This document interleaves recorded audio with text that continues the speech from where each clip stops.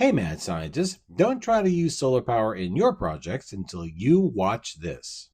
If your application requires high temperatures, solar power can certainly get you there. But how much power can it really generate? Rule of thumb.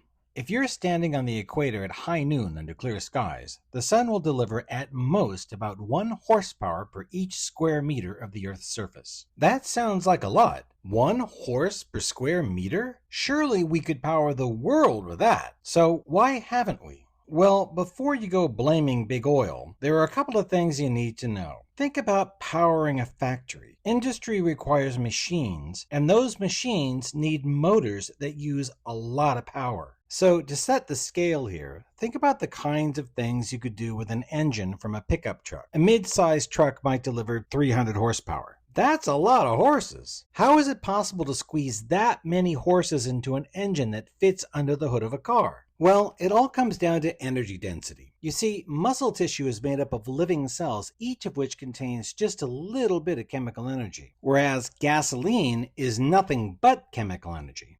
As it turns out, gasoline carries 5,300 times more energy per kilogram than muscle tissue. And that, in a nutshell, is why we don't use horses anymore. It's also why if 1 square meter of sunlight gets you 1 horsepower, then you need a pretty big solar collector to do the work of 300 horses. How big? Well, at 1 horsepower per square meter, you might think 300 square meters. But of course, the most efficient solar collectors only convert about 40% of that power into electricity. So you actually have to more than double the size of your collector to get the horsepower you need. But wait, the sun doesn't shine all the time. So you need at least another factor of 3 to compensate for nighttime and bad weather. But then you have to contend with the angle of the sun at your latitude. The closer the sun stays to the horizon during the day, the more energy gets scattered by the atmosphere. Where I live in the US, you'd need to add another 20% to your collector area. So to power a single 300 horsepower motor, you're going to need a solar collector that's about 51 meters on a side. That's a good number to keep in mind. You'd have to cover about half a football field with solar collectors to run a pickup truck. So if your fiendish plan for world domination requires a higher power density than that, the sun isn't going to get you there.